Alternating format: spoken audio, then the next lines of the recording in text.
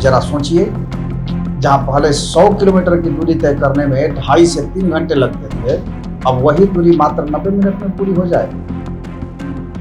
प्रधानमंत्री ने खास तौर पर बिहार के किसानों का भी जिक्र किया है।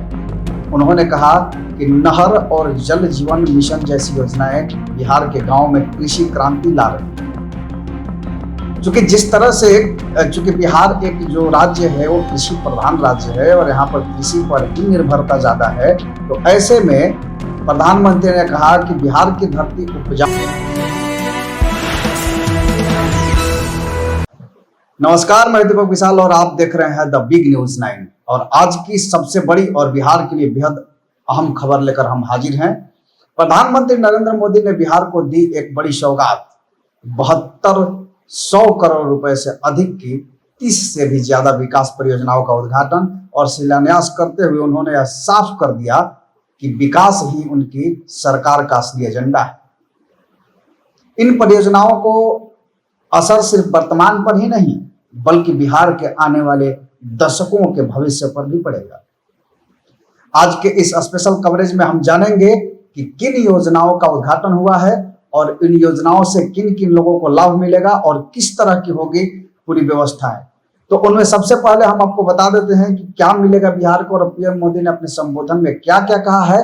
आइए सबसे पहले आपको बताते हैं कि किन किन बड़ी परियोजनाओं का उद्घाटन और शिलान्यास आज प्रधानमंत्री नरेंद्र मोदी ने किया है। तो सबसे पहले इसमें 6 नई रेलवे लाइनों और स्टेशन का उद्घाटन, उसके साथ साथ पटना, आरा, बक्सर को जोड़ने वाले हाईवे प्रोजेक्ट्स, गंगा नदी पर नए पुल और एलिवेटेड रोड की शुरुआत, साथ ही साथ ग्रामीण पाइप जल योजनाएं। और इसमें आगे अगर हम बात करें तो गंगा जल योजना का भी विस्तार। ये तमाम जो चीजें हैं उसको लेकर के जो बातें कही जा रही है, इसमें सोलर पावर ग्रिड और बिजली वितरण परियोजनाएं, बाढ़ प्रबंधन के लिए विशेष परियोजनाएं, साथ ही साथ प्रधानमंत्री आवास योजना के अंतर्गत हजारों मकानों का लोकार्पण। तो ये तमाम योजनाएं जो है वो पीएम मोदी ने की है। पीएम मोदी ने मोतिहारी की भूमि से बिहार की जनता को संबोधित करते हुए जो बातें कही वो न सिर्फ चुनावी रणनीति का हिस्सा थी बल्कि विकास के दिशा में उठाए गए मजबूत कदमों की एक झलक भी थी।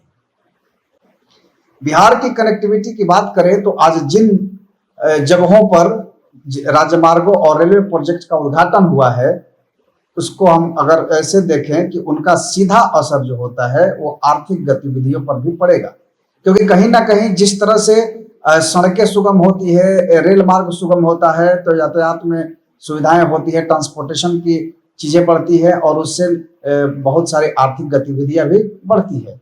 अब पटना से बक्सर, आरा से सासाराम या गया से पटना जैसे मार्गों पर आवाजाही पहले से ज्यादा सुगम और तेज होगी। जरा सोचिए, जहां पहले 100 किलोमीटर की दूरी तय करने में 2.5 से 3 घंटे लगते थे, अब वही दूरी मात्र 90 मिनट में पूरी हो जाए।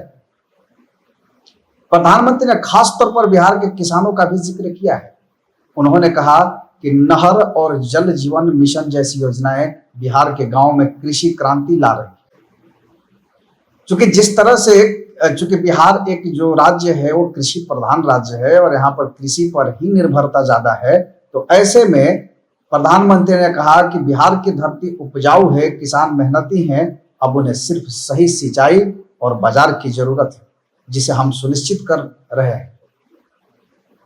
यह सिर्फ ट्रेवल टाइम की बचत नहीं है बल्कि यह किसानों, छात्रों और व्यापारियों के लिए एक नई शुरुआत है। प्रधानमंत्री ने यह भी बताया कि सिर्फ शहरी क्षेत्रों का नहीं बल्कि ग्रामीण भारत का समग्र विकास ही असली विकसित भारत की नींव है। पीएम मोदी ने बिहार के साथ अपने पुराने रिश्तों को भी याद किया है और पुराने रिश्तों पर उन्होंने जो कहा है वो भी काफी दिलचस्प है, क्योंकि जिस तरह से बिहार में जैसे जैसे चुनाव आ रहा है, प्रधानमंत्री की जो यात्राएं हैं वो बिहार में लगातार बढ़ती जा रही है।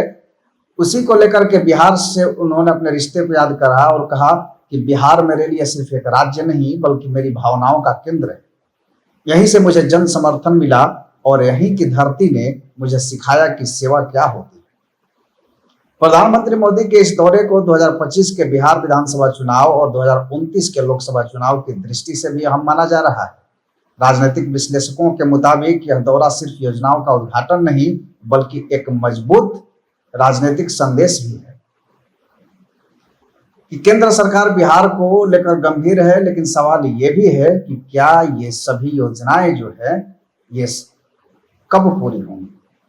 क्या जमीनी स्तर पर इसका फायदा आम नागरिकों तक पहुंचेगा? इन योजनाओं का जो जिक्र हो रहा है, क्या ये योजनाएं जमीनी प्रभाव पर आएंगी? क्या ये जमीनी स्तर पर परिपूर्ण हो पाएंगी?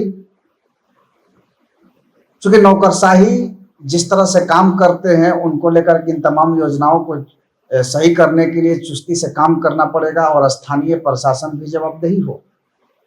प्रधानमंत्री मोदी ने अपने भाषण में विकसित भारत 2047 के लक्ष्य की बात दोहराई। उन्होंने कहा कि बिहार का विकास ही भारत के विकास की गति को तय करेगा। तो कुल मिलाकर कह सकते हैं कि आज का दिन बिहार के इतिहास में एक सुनहरे अक्षरों में लिखा जाना है, क्योंकि ये बिहार के लिए एक नया अध्याय के रूप में भी दर्ज किया जाएगा। एक साथ 7200 करोड़ से अधिक की परियोजनाओं की शुरुआत, यह सिर्फ विकास की नींव नहीं बल्कि आत्मनिर्भर बिहार की एक पहचान हो जाएगी और एक आत्मनिर्भर बिहार की तरफ एक ठोस कदम भी है। आने वाले दिनों में हम इन योजनाओं पर बारीकी से नजर रखेंगे और आपको तमाम घटनाक्रमों से और खबरों से अवगत कराते रहेंगे और बताएंगे कि कितना काम जमीनी स्तर पर उतरा है और कितना काम नहीं उतरा है।